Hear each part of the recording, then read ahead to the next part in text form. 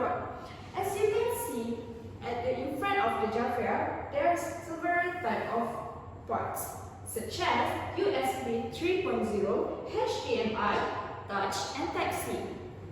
While at the back, we also have Type-C, USB 2.0, USB 3.0, HDMI Touch, OTP, and DP Touch, DP, and also OTG. We also have more parts that are available down here that we will show you later on.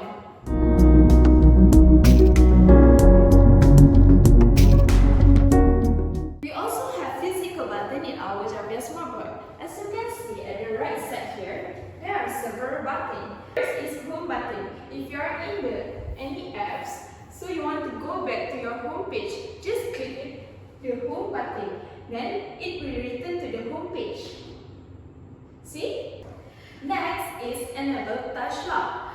If you want to lock your screen, just press this button and it will pop up this notification. I will click yes, and now your screen is not moving. So how to unlock it back? Just click it back and now it can move. After that, we have volume button where you can adjust using volume up and volume down button. You also can adjust by using your finger here. Next is signal source.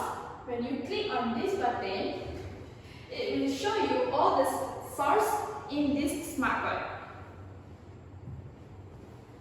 After that, you also have back button. For example, you open any apps, then I want to go back, so I press the back button. Here. Last but not least is power button. To switch off or on, you can click on this button. So that's it for the smartboard.